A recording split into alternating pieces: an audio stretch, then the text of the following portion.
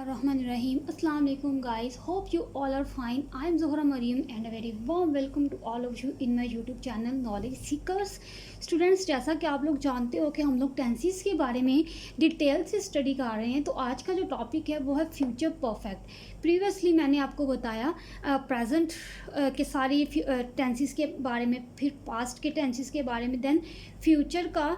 तो आज का जो टॉपिक है वो फ्यूचर परफेक्ट है। फिर मुस्तकबिल काम है, यानी फ्यूचर में काम जो है वो मुकम्मल हो चुका है फ्यूचर में।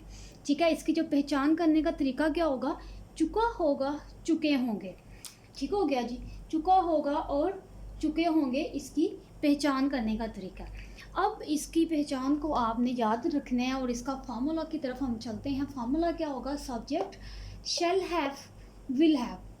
ठीक हो गया। प्रीवियसली हमने देखा कि शैल और विल, देन हमने देखा कि शैल बी और विल बी। अब फ्यूचर परफेक्ट में हमने शैल हैव और विल हैव लगाना है, प्लस थर्ड फॉर्म हैव के साथ माइंड में रखिएगा कि हमेशा हम लोग थर्ड फॉर्म लगाते हैं, देन ऑब्जेक्ट। अब रूल्स क्या इसके होंगे? आई और वी के साथ शैल हैव, बाकी जितने भी हैं दे, यू एक्सेट्रा, जितने भी बाकी आते हैं उनके साथ हम विल हैव लगाते हैं। ठीक हो गया जी। अब एग्जाम्पल की तरफ चलते हैं। मैं किताब ख़त्म कर चुका होगा, यानी ख़त्म कर चुका होगा, फ्यूचर में परफेक्ट की बात हो रही।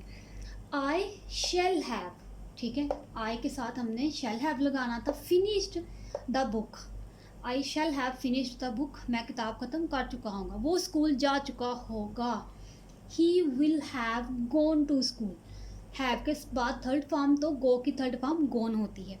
ठीक है जी, he will have gone to school.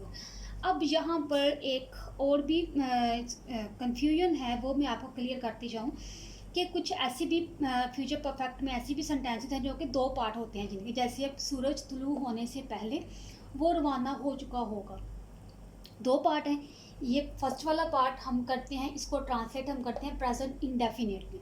ठीक हो गया। और जो दूसरे वाला पार्ट होता है वो हम फ्यूचर परफेक्ट में ही रहने देते हैं। अब यही सेम फार्मूला जो है वो, ये तो फ्यूचर परफेक्ट मैंने आपको बताया ना, यही सेम पास्ट परफेक्ट में भी यही सेम आपने फार्मूला लगाना होता है।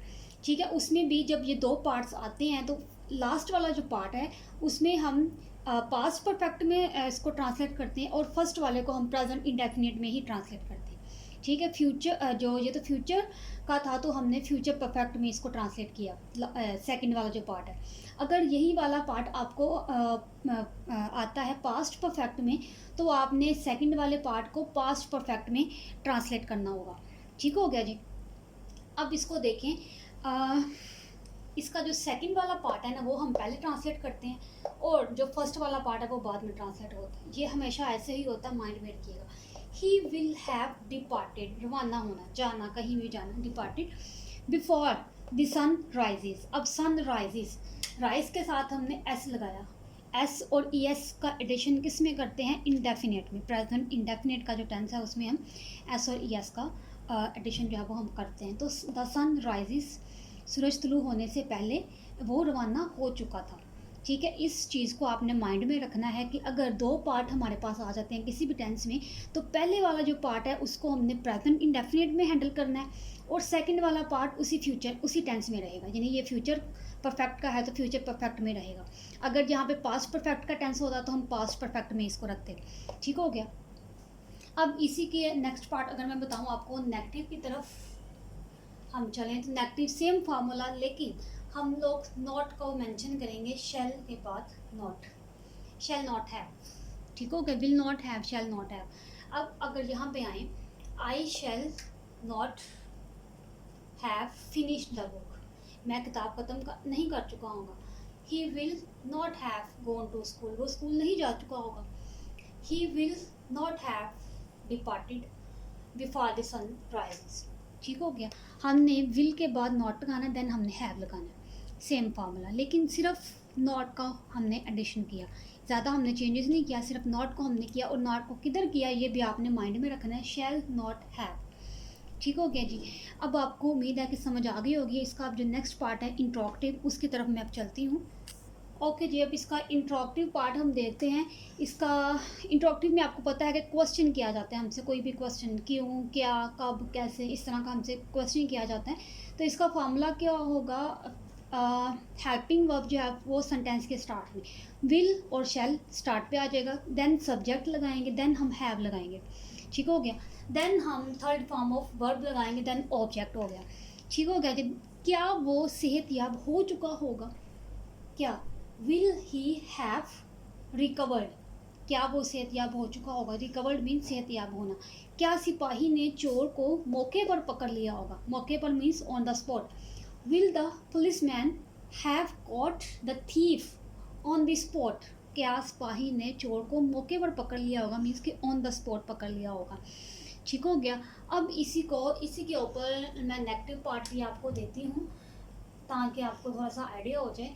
अब इंट्रोगेटिव प्लस नेगेटिव, यानी एक ही सेंटेंस में इंट्रोगेटिव भी और नेगेटिव भी होगा तो क्या फार्मूला होगा, फार्मूला सेम रहेगा, लेकिन सिर्फ चेंज होगा नॉट का, हम लोग सब्जेक्ट के बाद नॉट लगाएंगे। अब देखो, will he not have recovered, क्या वो सेहतयाब नहीं हो चुका होगा, will he not have recovered. क्या सिपाही ने चोर को मौके पर नहीं पकड़ लिया होगा, will the policeman not, policeman यहाँ पे सब्जेक्ट है ना, policeman not have caught the thief on the spot, ठीक है। क्या सिपाही ने चोर को मौके पर नहीं पकड़ लिया होगा, ठीक हो गया। होप कि आपको फ्यूचर परफेक्ट की अच्छे से समझ आ गई होगी। अब इसका जो नेक्स्ट पार्ट है ना, फ्यूचर परफेक्ट कॉन्टिन्यूअस टेंस, वो ज़्यादा यूज़ नहीं होता, लेकिन फिर भी मैं आपको उसका थोड़ा सा फार्मूला और थोड़ा सा रूल्स उसके बता देती हूँ ताकि आपको आइडिया हो जाए कि हमने फ्यूचर परफेक्ट कॉन्टिन्यूअस को कैसे लेकर चलना, ठीक है जी।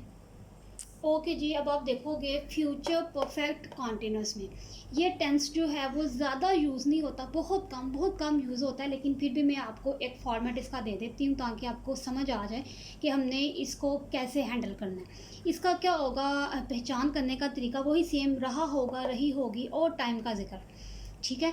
Subject plus shall have been, will have been, थोड़ा सा लंबा है इसका ये formula, shall have been and will have been plus fourth form plus since and for then object, okay हो गया जी। इसमें आपने जहन में रखना है कि हमने शैल हैव बीन और विल हैव बीन लगाना है, और सिंस और फॉर का मैंने एक अलग सी वीडियो आपको बना के दी हुई है कि how to use since and for, the usages of since and for, ठीक है।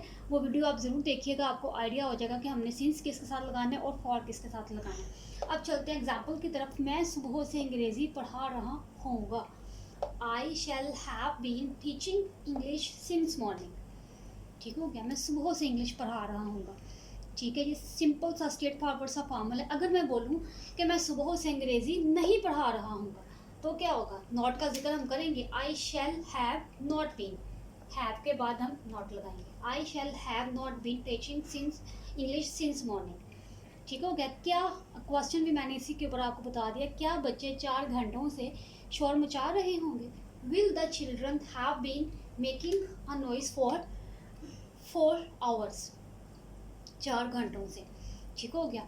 4 घंटों से शोर मचा रहे होंगे, विल स्टार्ट पे आ गया था, children have been making a noise for 4 hours, 4 घंटों से। अगर इसको माइनस में करें, नेगेटिव में लेकर जाएं तो क्या होगा, will the children have not been, will the children, क्या बच्चे 4 घंटों से शोर नहीं मचा रहे होंगे, will the children have not been making a noise for 4 hours, 4 घंटों से, ओके जी। उम्मीद है कि आपको फ्यूचर जो टेंस है उसकी मुकम्मल डिस्क्रिप्शन आपको मैंने दे दी हुई है, आपको समझ भी आ गई होगी। फिर भी कोई भी कन्फ्यूजन है तो मुझे आप ज़रूर बताओ। प्रेजेंट परफेक्ट कॉन्टिन्यूस बिल्कुल लास्ट वाला ये टेंस था हमारे पास, वो आज हमने कवर कर लिया। तो इंशाल्लाह हम नेक्स्ट जो है वो स्पोकन इंग्लिश की तरफ जाएंगे। मैं डेली की आपको वोकैबुलरी दिया करूँगी, वो आप लोग उसको याद किया करोगे ताकि आपको फ्यूचर में आपको जो है वो इंग्लिश का एक फॉर्मेट आपके पास आ जाए, आपको इंग्लिश बोलनी आ जाए कि हमने कैसे इंग्लिश बोलनी है, आपके पास वोकैबुलरी का एक ढेर लगाओ। ओके जी, hope you understand all my videos. Okay, अल्लाह हाफिज़।